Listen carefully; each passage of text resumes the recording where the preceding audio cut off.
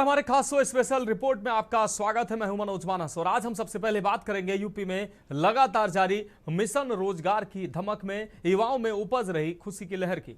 CM योगी ने लखनऊ में कनिष्ठ सहायक और एक्सरे टेक्नीशियन को नियुक्ति पत्र वितरित किए हैं। साथ ही हम बात करेंगे नेपाल में सोशल मीडिया प्लेटफॉर्म पर बैन के खिलाफ सड़कों पर बवाल की हकीकत हम पेश करेंगे और चलते चलते बात करेंगे मेहुल चौकसी के प्रत्यर्पण की तेज होती प्रक्रिया की। तो चलिए अब चलते हैं खबरों के विस्तार में।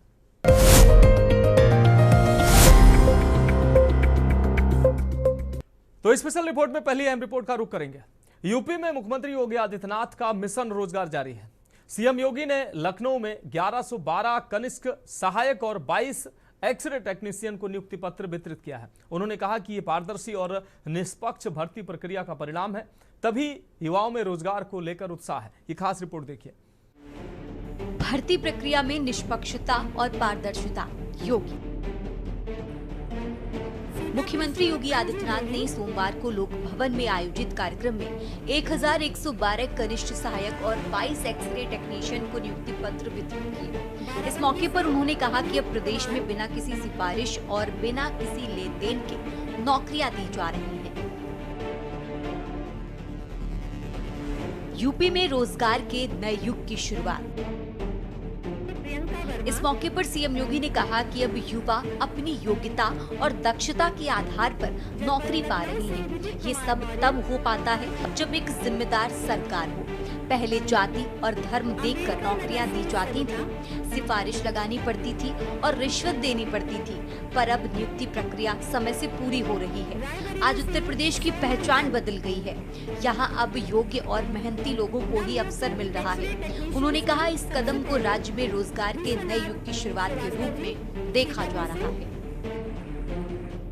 अगर हम पूरी प्रतिबद्धता के साथ कार्य कर रहे हैं, पूरी ईमानदारी के साथ काम कर रहे हैं, तो बिना भय के जो बेहतर हो सकता है वह करने की हमें स्थिति पैदा करनी चाहिए।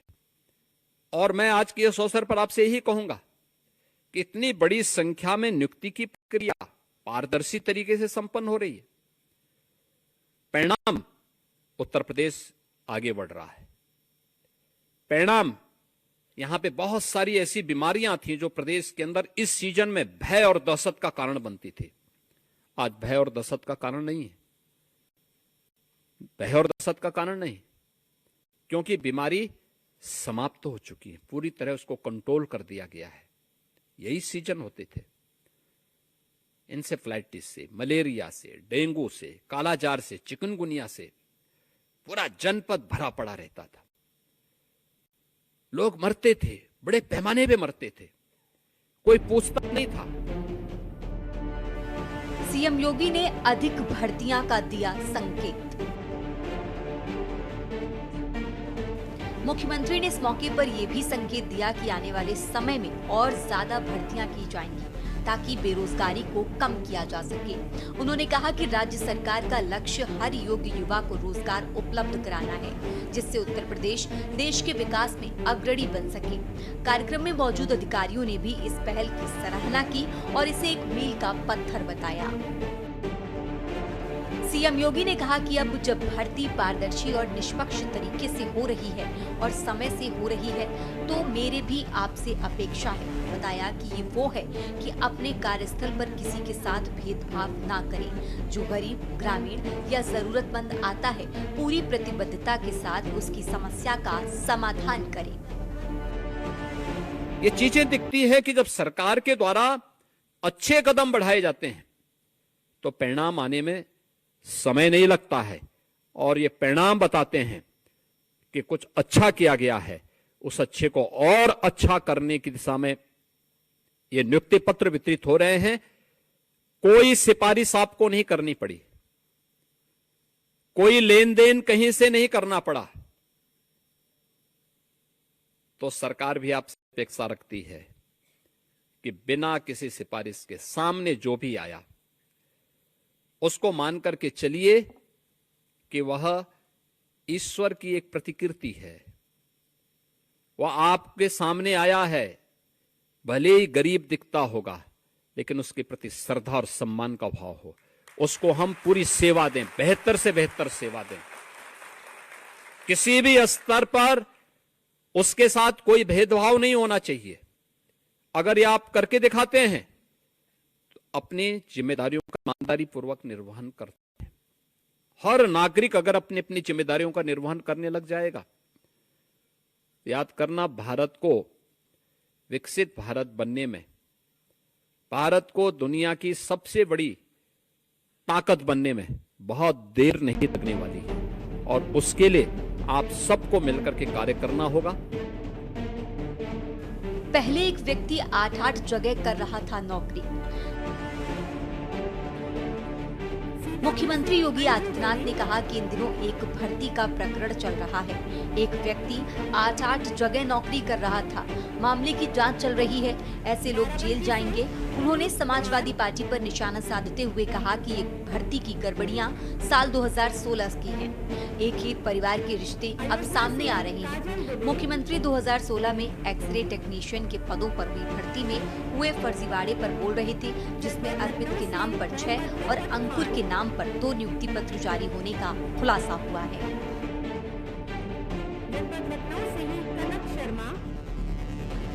आपको बता दें कि नियुक्ति पत्र प्राप्त करने वाले नवनियुक्त कनिष्ठ सहायकों और एक्सरे टेक्नीशियनों में खुशी की लहर देखी गई। कई युवाओं ने मुख्यमंत्री का धन्यवाद किया और कहा कि ये उनके लिए एक सुनहरा दिन है। एक नवनियुक्त सहायक ने कहा, हमारी मेहनत रंग लाई और सरकार ने हमें सही मंच दिया। इस कार्यक्रम ने युवाओं में नई उम्मीद जगाई है। स्पेशल डेस्क के न्यूज इंडिया। तो स्पेशल रिपोर्ट में अब बात अगली रिपोर्ट की करेंगे। नेपाल की राजधानी काठमांडू की सड़कों पर सोमवार को जबरदस्त विरोध प्रदर्शन देखने को मिला। हजारों की संख्या में जेन जेड यानी लड़के और लड़कियां सड़कों पर उतर आए। पड़ोसी देश हिंसा की आग में इस कदर झुलसता नजर आ रहा है कि वहां गृह युद्ध जैसे हालात बन गए हैं। करीब 1 दर्जन से ज्यादा लोगों की मौत की भी खबर है, जबकि बड़ी संख्या में लोग घायल भी हुए हैं। हालात को देखते हुए मृतकों की संख्या बढ़ सकती है। सरकार के खिलाफ गुस्सा ऐसा कि प्रदर्शनकारी नेपाल के संसद परिसर में घुस गए हैं। इसे देखते हुए पुलिस ने आंसू गैस के गोले दागे हैं, पानी की बौछार की है। वैसे तो ये प्रदर्शनकारी नेपाल में सोशल मीडिया बैन के खिलाफ हैं, लेकिन इसके कारण और भी हैं। नेपाल की इस हिंसा का असर भारत की सीमाओं पर पड़ सकता है, लिहाजा भारत सरकार नेपाल के हालातों पर नजर बनाए हुए है। ये खास रिपोर्ट देखिए। नेपाल में हाल के वर्षों में युवा वर्ग के बीच असंतोष, आंदोलन और विरोध की घटनाओं में तेजी आई है। केवल बेरोजगारी इसका कारण नहीं है, बल्कि इसके पीछे एक जटिल सामाजिक, आर्थिक और राजनीतिक ताना बाना है। नेपाल में भ्रष्टाचार और सोशल मीडिया बैन के खिलाफ प्रदर्शन कर रहे जेन जी यानी 18 से 30 साल के युवा सोमवार को संसद भवन परिसर में घुस गए। पुलिस ने प्रदर्शनकारियों को रोकने के लिए आंसू गैस के गोले दागे और पानी की बौछार की। कई राउंड की फायरिंग भी की। काठमांडू पोस्ट के मुताबिक एक आंदोलनकारी की गोली लगने से मौत हो गई। इसके अलावा कई लोग घायल भी हो गए।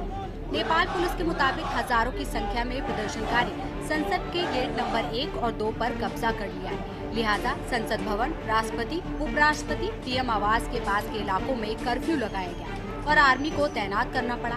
आपको बता दें कि नेपाल के इतिहास में संसद में घुसपैठ का ये पहला मामला है। नेपाल सरकार ने पिछले गुरुवार को बैठक के बाद 26 सोशल मीडिया प्लेटफॉर्म्स को प्रतिबंधित करने का फैसला किया था। सरकार ने कहा था कि जो भी प्लेटफॉर्म में बिना पंजीकरण के लिए चल रहे थे, उन सभी को बैन कर दिया गया है। इसे लेकर संचार और सूचना प्रौद्योगिकी मंत्रालय के अधिकारियों में बैठक हुई थी।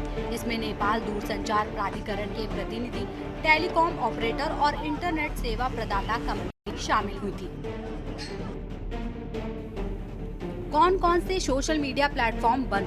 Facebook, Instagram, Messenger, YouTube, X, Reddit, LinkedIn, WhatsApp, Discord, Pinterest, Signal, Thread, WeChat, Quora, Tumblr, Clubhouse, Rumble, Line, IMO, Zalo, Sol, Hamro, Patro, Mi Video, Mi Vike 3। Social media पर क्यों लगा प्रतिबंध? नेपाल में सोशल मीडिया कंपनियों को पंजीकरण के लिए 28 अगस्त से 7 दिन का समय दिया गया था। बीते बुधवार को जब समय सीमा समाप्त हो गई, तब भी किसी भी बड़े social media platform Meta, Facebook, Instagram, WhatsApp, alphabet, YouTube, x, पूर्व में ट्विटर, रेडिट और लिंक्डइन शामिल थे। पंजीकरण नहीं कराया, जिसके बाद नेपाल सरकार ने गुरुवार से इन कंपनियों पर प्रतिबंध लगा दिया।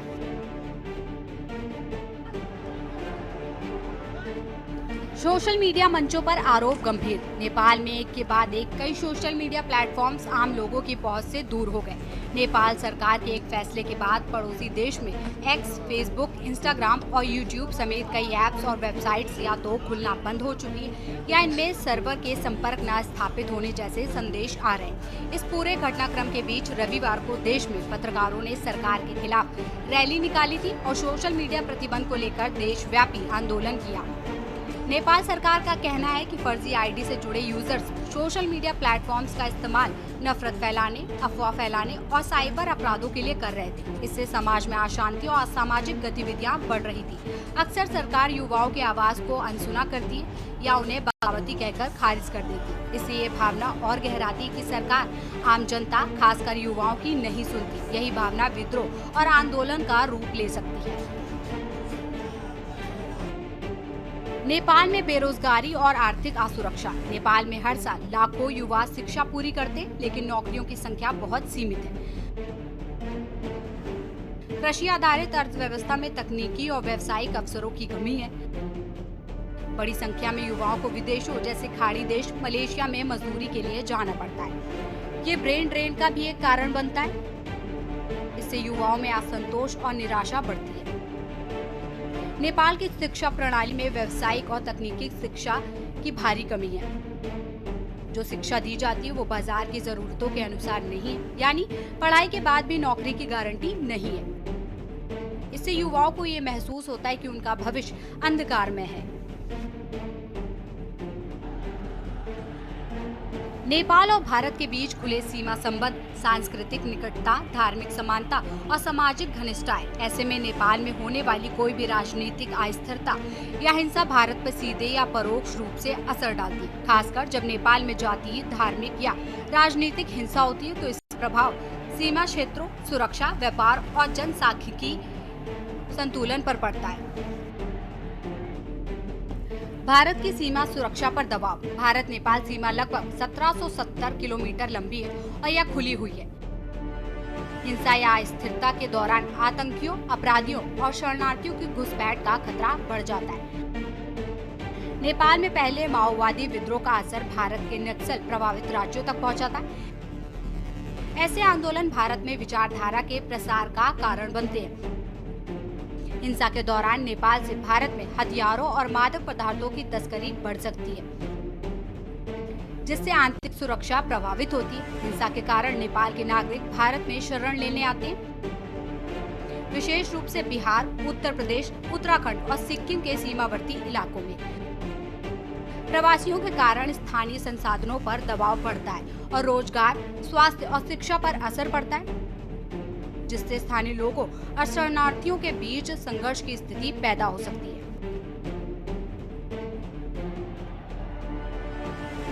आपको बता दें कि नेपाल सरकार की तरफ से सोशल मीडिया प्लेटफॉर्म प्रतिबंधित करने का फैसला सुप्रीम कोर्ट के निर्देशों और 2023 में सोशल नेटवर्क प्रबंधन के लिए बनाए गए कुछ नियमों के आधार पर लिया गया।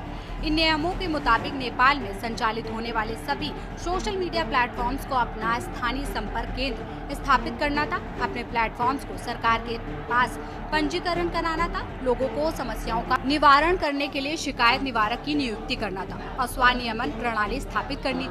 इसे लेकर नेपाल की सरकार सोशल नेटवर्क विधेयक लेकर आई थी। इस साल की शुरुआत में इसे संसद में पेश भी किया गया। विधेयक में सोशल मीडिया प्लेटफॉर्म्स को लाइसेंस लेकर संचालन करने की अनुमति से जुड़ा प्रावधान रखा गया। इसके अलावा सरकार को किसी भी प्लेटफॉर्म के आवेदन को राष्ट्रीय सुरक्षा, शांति, स्वायत्ता और राष्ट्रीय हित के मुद्दे पर नकारने का भी अधिकार दिया गया। इसके अलावा विधेयक में एक ये नियम भी है कि सोशल मीडिया प्लेटफॉर्म्स नेपाल की सामाजिक, सांस्कृतिक और धार्मिक शौर्यता से जुड़ी सामग्री को रोकेंगे और यूजर्स को उनकी असली पहचान के साथ सत्यापित किया जाएगा। इन नियमों का पालन न किए जाने पर प्लेटफॉर्म पर 1 करोड़ नेपाली रुपए के जुर्माने और यूजर्स पर 5 लाख नेपाली रुपए के जुर्माने का प्रावधान रखा गया। बताया गया कि Meta, Facebook, Instagram, WhatsApp, alphabet, x, Reddit और लिंक्डइन जैसे प्लेटफॉर्म्स ने मंत्रालय से इस संबंध में प्रक्रिया शुरू करने के लिए संपर्क तक नहीं किया। इस लिहाज से नेपाल में फिलहाल सिर्फ पंजीकृत प्लेटफॉर्म वाइबर, टिकटॉक, वीटॉक और निबंज ही सक्रिय है। इसके अलावा टेलीग्राम और ग्लोबल डायरी को भी एक्सेस किया जा सकता है। स्पेशल डेस्क के न्यूज इंडिया।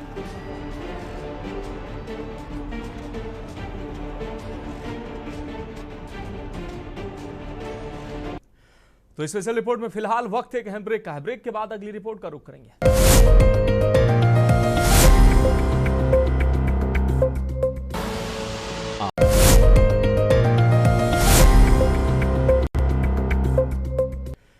तो स्पेशल रिपोर्ट में बात अगली रिपोर्ट की करते हैं। पंजाब नेशनल बैंक घोटाले का आरोपी मेहुल चोकसी इस समय बेल्जियम की जेल में बंद है। भारत सरकार चोकसी के प्रत्यर्पण की कोशिशों में जुटी है। ऐसे में भारत सरकार ने बेल्जियम सरकार को एक चिट्ठी लिखी है। ये खास रिपोर्ट देखिए। मेहुल चोकसी कई धाराओं के तहत आरोपी। मेहुल चोकसी भारतीय कानून की अलग अलग धाराओं और प्रावधानों के तहत आरोपी है। धारा 120 बी आपराधिक षड्यंत्र, धारा 409, 420, 477 ए और 201 भ्रष्टाचार निवारण अधिनियम 1988 की प्रासंगिक धाराएं। भारतीय अधिकारियों के औपचारिक अनुरोध के बाद मेहुल चोकसी को अप्रैल में बेल्जियम में गिरफ्तार किया गया था। वो और उसका भतीजा नीरव मोदी पीएनबी धोखाधड़ी मामले में मुख्य आरोपी हैं, जिसमें धोखाधड़ी वाले लेन देन शामिल हैं।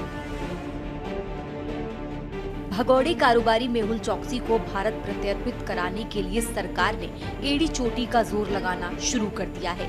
सरकार ने बेल्जियम को लिखित तौर पर बता दिया कि चोकसी के प्रत्यर्पण के बाद सभी जरूरी मानकों का पालन किया जाएगा और उस पर भारतीय कानून के तहत मुकदमे का सामना करना होगा।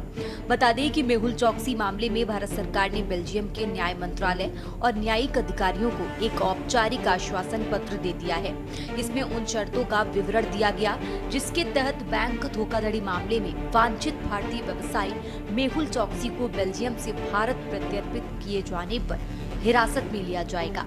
गृह मंत्रालय की ओर से जारी आश्वासनों में प्रत्यर्पण कार्रवाई में उठाए गए मानवाधिकारों की चिंताओं को दूर करने के मकसद से खास सामग्री, चिकित्सा और प्रक्रियात्मक सुरक्षा उपाय निर्धारित किए गए हैं। इन आश्वासनों के लिए महाराष्ट्र सरकार और जेल अधिकारियों से भी परामर्श लिया गया था। ये आश्वासन केंद्रीय जांच ब्यूरो यानी सीबीआई के एक मामले में मेहुल चोकसी के आत्मसमर्पण के भारत के अनुरोध के संबंध में पेश किए गए। भारत का बेल्जियम को आश्वासन। बेल्जियम के न्याय मंत्री को भेजा गया पत्र। आश्वासन दिया गया कि मेहुल चोकसी को सॉलिटरी कंफाइनमेंट में नहीं रखा जाएगा। चोकसी को रोजाना पीने का साफ पानी और 24 घंटे चिकित्सीय सुविधाएं मिलेंगी। उसे प्रतिदिन शौचालय और स्नान की उचित सुविधाएं दी जाएंगी। चोकसी को रोजाना 1 घंटे से ज्यादा व्यायाम और मनोरंजन की अनुमति होगी। पूरे हिरासत काल के दौरान उसे पर्याप्त भोजन उपलब्ध कराया जाएगा। चोकसी को बैरक नंबर 12 में रखा जाएगा, जहां ज्यादा भीड़-भाड़ भी नहीं होगी। बैरक में चोकसी के इस्तेमाल के लिए गद्दा, तकिया कपास का होगा। चादर और कंबल भी उपलब्ध होंगे। चिकित्सकीय जरूरत होने पर उसे बिस्तर भी दिया जा सकता है। बैरक संख्या 12 की क्या है खासियत? बैरक संख्या 12 को मुख्य जेल परिसर से अलग रखा गया है। सीसीटीवी के माध्यम से लगातार निगरानी की जाती है, जहां जेल कर्मचारी ड्यूटी पर रहते हैं। इसमें कानूनी पहुंच की गारंटी होती है। वकीलों के साथ दैनिक बैठकें, रक्त संबंधियों से साप्ताहिक मुलाकातें, टेलीफोन और वीडियो कॉन्फ्रेंसिंग की सुविधाएं। प्रत्यर्पण की सुनवाई सितंबर के दूसरे हफ्ते में। आपको बता दें कि मेहुल चोकसी के भारत प्रत्यर्पण की सुनवाई सितंबर के दूसरे हफ्ते में होगी। भारत के अनुरोध पर बेल्जियम ने इस साल अप्रैल में मेहुल चोकसी को गिरफ्तार किया था और तब से वो एंटवर्प की जेल में बंद है। हाल ही में चोकसी की जमानत याचिका खारिज कर दी गई। विदेश मंत्रालय की चिट्ठी में बताया गया कि चौकसी को बैरक नंबर 12 में रखा जाएगा, जहां ज्यादा भीड़ भाड़ भी नहीं होगी। चौकसी को जिस बैरक में रखा जाएगा वो 24 घंटे निगरानी में रखी जाएगी। चौकसी को अपने बैरक में फर्नीचर को छोड़कर कम से कम 3 वर्ग मीटर का व्यक्तिगत स्थान मिलेगा। बैरक में चौकसी के इस्तेमाल के लिए गद्दा, तकिया कपास का होगा। चादर और कंबल भी उपलब्ध होंगे। चिकित्सकीय जरूरत होने पर उसे बिस्तर भी दिया जा सकता है। बैरक में उसे पर्याप्त रोशनी और हवा और व्यक्तिगत सामान रखने की जगह भी दी जाएगी। वहीं आपको बता दें कि विदेश मंत्रालय के पत्र के अनुसार बैरक में सोने की ठीक-ठाक व्यवस्था के साथ कोठरियों में ग्रिल वाली खिड़कियां, वेंटिलेटर और सीलिंग फैन लगे होते हैं। नियमित सफाई, कीट नियंत्रण और नगर पालिका द्वारा पेयजल की निरंतर आपूर्ति की जाती है। स्वच्छता शामिल है जो क्षेत्र से अलग है। इसमें एक फ्लश शौचालय और वॉश बेसिन भी है। साथ ही कोठरी के भीतर स्नान की भी सुविधाएं हैं। पत्र में कहा गया है कि बंदियों को दिन में 3 बार पर्याप्त भोजन मिलेगा। साथ ही चिकित्सकीय जरूरत के हिसाब से खास आहार संबंधी आवश्यकता अनुसार व्यवस्थाएं भी उपलब्ध होंगी। जेल कैंटीन और फल व साधारण नाश्ते भी सुविधाएं में उपलब्ध कराई जाएंगी। खुले आंगन में रोजाना बाहरी व्यायाम की अनुमति होगी और इंडोर मनोरंजन में बोर्ड गेम और साधारण बैडमिंटन शामिल किया जाएगा। जेल में योग, ध्यान, पुस्तकालय और पठन सामग्री तक उपलब्ध कराई जाएगी। स्पेशल के न्यूज इंडिया। तो स्पेशल रिपोर्ट में आज के लिए मेरे साथ इतना ही। मुझे दीजिए इजाजत और आप देखते रहिए के न्यूज इंडिया।